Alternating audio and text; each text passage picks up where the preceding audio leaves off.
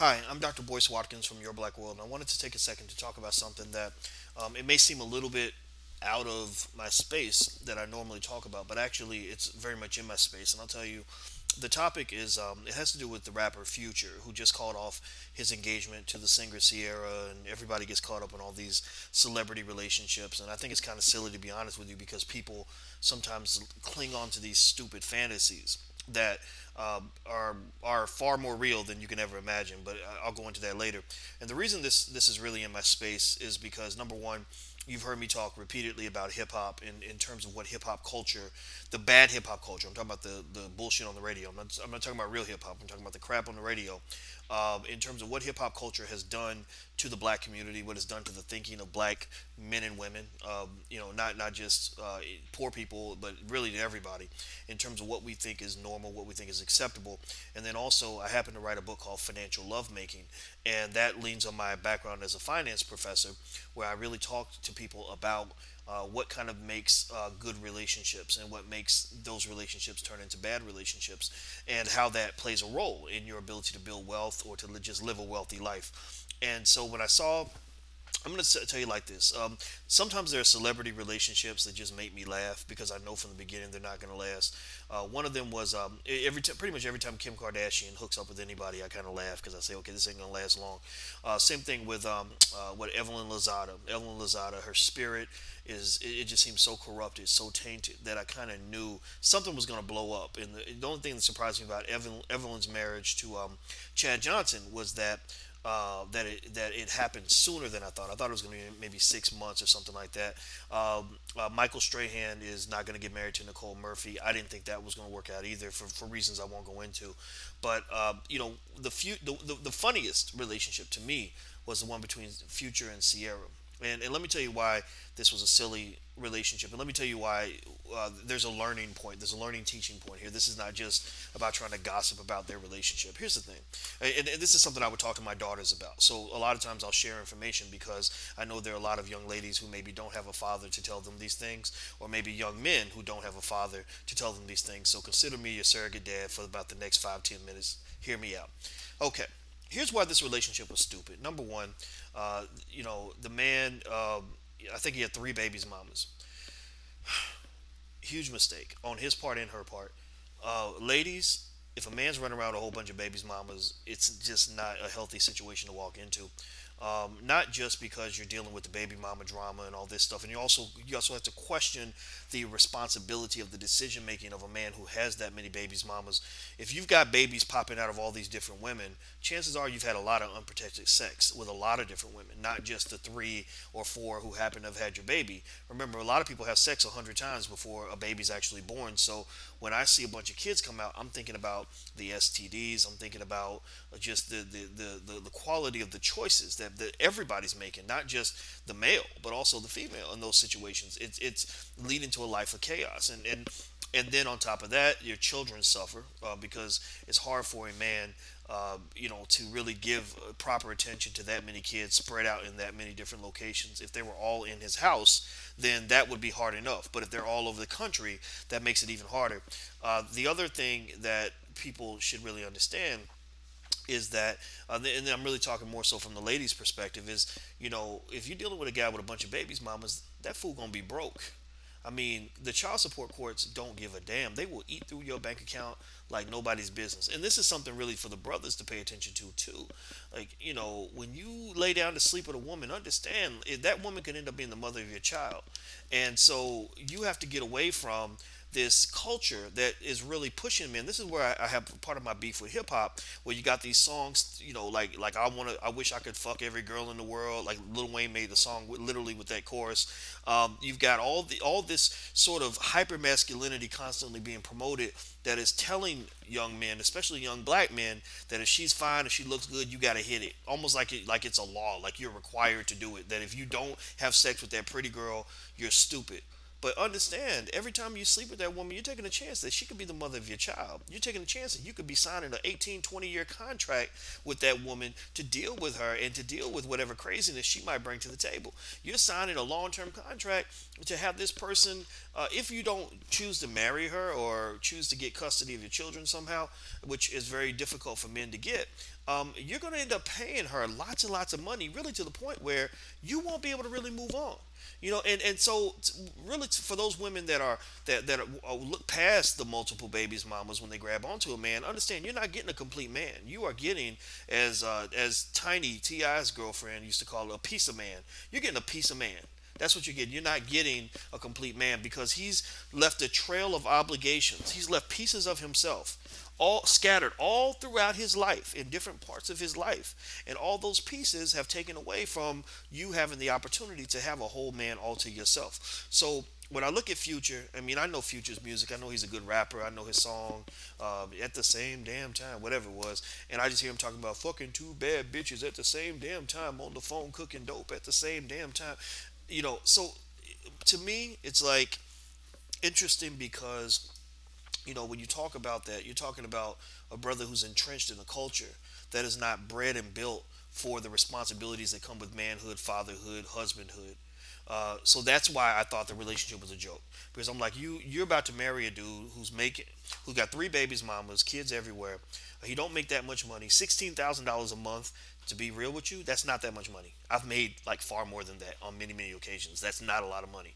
So I'm making I'm not even as famous as Future, but I've made three times more money than Future makes. So he ain't super wealthy to the point to the point where it doesn't matter. And understand that when you have a person, and I'm not just talking about Future, I'm really talking about all the brothers out. I'm talking about how you can evaluate potential mates. Understand that people that are deeply entrenched in the thug culture, where we decided it's cool to be thugged out, which is absolutely stupid. Maybe being thugged out when you're 17 makes sense, but when you're 28, 29 years old, you need to be a responsible man. You need to be a community leader. You need to be taking care of your kids. You need to be responsible and accountable to some woman. If you can't be, at least pick one woman at a time. This whole like I got hoes in every area code type situation that you hear people rap about is stupid. It's silly. It's irresponsible. I mean, we can certainly say that it's degrading to women, but that's for another conversation.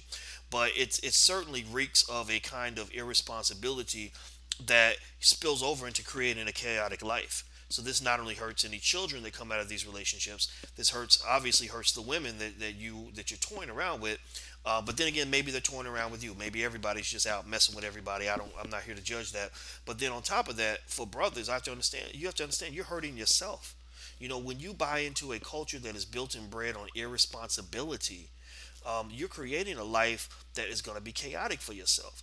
And part of the issue I have with the bastardization of hip hop culture that's occurred in mass media. Notice this is white people feeding this to you. White corporations are the ones marketing this nonsense to you.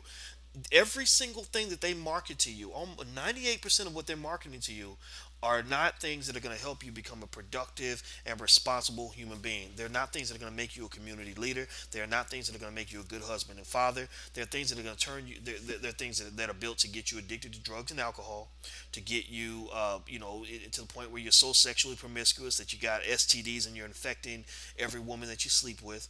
Situations that are going to get you killed, or situations that are going to get you locked up. And what do we see all around us? We see the prisons full of black men. We see the morgue full of black men. The STD clinics full of black men. You see financial devastation with black men. Black men have the highest unemployment rate. Alcoholism and drug addiction. That we have problems with that. A lot of us have that drunk uncle in our family who can never get it together. Black women, on one hand, are the most educated group of people in America because they're not being fed these hip hop and athletic dreams of success that lead them to invest everything into something that's not going to work out. You're not going to get a record deal, and if you do, that might be the worst thing that ever happens to you, because that record label does not give a damn about you. If you have no education, they're going to keep you around for a couple years and then spit you out, and then you're going to spend the next 30 years hoping you can make another hit and possibly get a taste of the good life you had back when you were messing with women all around the world and smoking weed every day and living the life. That's not a good life for you. That's not a productive life for you. You don't want to spend your whole life being chased around by the child support courts because you couldn't keep your penis in your pants. And again, I'm not judging. I'm not saying people don't have a right to enjoy sex. That's what I mean. That's what people do. Sex is the most natural thing in the universe. Sex and love are so powerful and so well designed by God and Mother Nature that you can't outsmart love. Attraction is always going to be there. You're going to see that pretty girl. You're going to want to get a piece of that if that's what you want. Or you're a woman. You're going to see that handsome man. You're going to want a piece of that. That's the way things are built. So I'm not saying that you have to somehow rise above all of that. But what I'm saying is we have to critically think about the culture that's being fed to our community, the culture that's being fed to our children, the fact that we got little kids reciting lyrics where in a future song where he's talking about fucking two bad bitches at the same damn time selling dope, cooking dope, something something at the same damn time. It's like what is this fascination with being a thug? Ain't nothing cool about being a thug. Ladies, what's the fascination with dating a thug? Do you really think that a thug is going to make a good husband for you? Do you really think a thug is going to make a good father for your children? Do you think a thug is going to make a good responsible mate and partner for the rest of your life? I mean, sometimes thugs evolve. I mean, just being real, being super real here. My daddy was probably considered a thug. In fact, when I look at the rapper Ti, he reminds me a lot of my father when he was that age. I kid you not, and I'll go into that in another conversation. But they're very similar. And so sometimes you see people evolve and grow and stuff like that. But the problem with hip hop culture to me is that it's not encouraging black men to grow and evolve. You got 45-year-old men acting like teenagers. Two Chains is old enough to be somebody's grandfather. So why the hell is he coming up with terms like thought that little kids, I hear middle school kids joking saying, "Oh, she ain't nothing but a thought, dog." They learned that from Two Chains because he's the one that coined that term. So what is it in a million years that makes us think on any level that we should somehow glorify a damn near 40-year-old man who acts like a teenager? That shows how stupid we are. So what I'm going to say is this: I'm going to sink right back to this, this Sierra and Future engagement as a prototype, as an example of a broader concept. Again, I'm not trying to diss on and hate on them or nothing like that. I mean, I wish them the best, but what I am trying to say is that, ladies, if you are somehow attracted to the bad boy, to the thug, or whatever, understand that comes with a lot of baggage. That comes with a culture in which many individuals are indoctrinated into the idea that a black man is supposed to sit around and smoke weed all day, get drunk all day, have as many women as he wants, waste all his money, toss it up at the club. You ever hear rappers brag about how they spent 20,000 at the club last night? There's nothing to brag about. That's stupid. You're destroying the future of your family when you're throwing away all your money like that. That's ignorant. That's not what a man does. That's what a little kid does who's trying to imitate somebody he heard on the radio. So unfortunately, we got a whole lot of little kids running around in grown man clothing in the black community, and I think that it shouldn't be acceptable. But if women somehow are convinced that that's okay or that makes sense, then then that's their choice. Same thing with young brothers. Like, don't get your manhood from what you're seeing around you. You're seeing a lot of stupidity. You're seeing a lot of, again, this is coming from corporations. They have a direct incentive to really engage in what I call weaponized brainwashing of black people.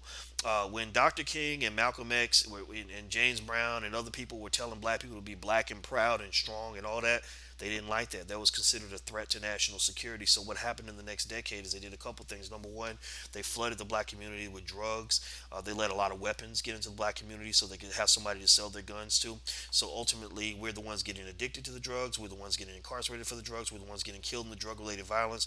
We're the ones getting into all kinds of other bad situations because the jobs and the education was gone. The guns and drugs have replaced that. So, and that was deliberate. That was very deliberate because they wanted to see exactly what we're seeing right now, which is not black men who are standing strong, who are trying to take the lead, who are trying to build a better community, but black men who want to be little boys, who want to brag about having sex with two women at one time and getting high all day and throwing their money away at the club and all this other silly shit. And it's silly because what it does is it distracts you from dealing with real problems that exist in your community. And I say, as black men, we don't have time for that nonsense. So my call is really just to say to any brother who's watching, step up to the plate, be a leader. don't follow this crap. I say to ladies, pick a real man. Don't pick a thug. In fact, when you see a man roll up on you like a thug, ridicule him. Let him know you're not a man. You are a little boy. You are a child. And I'll be damned if you're going to be stupid enough as a woman to let a child raise your child. If you do that, then that's your fault. That's your fault. And understand, unfortunately, if you date a thug, don't be surprised when he acts like a thug. A thug is not necessarily built to be a husband and father. It's almost like trying to cuddle with a porcupine. I mean, it's just not. It doesn't work. So that's all I'm gonna say about that. And again, I'm not trying to diss on Future and Ciara and all that. I don't. Whatever they do is fine with them. That's their life. But at the same time, it's just I think there are some learning points here. And in my book Financial Lovemaking, I talk a lot about this type of thing. Also, I have another lecture series that I did called "Commercialized Hip Hop: The Gospel of Self Destruction," which you can check out if you want to. And that just kind of lays out some more of my ideas on this topic. And I really think these are things that can help people, and that's why I share. I'm Dr. Boyce Watkins from Your Black World. Please take care. God bless and have a wonderful day. I'm gone. Peace.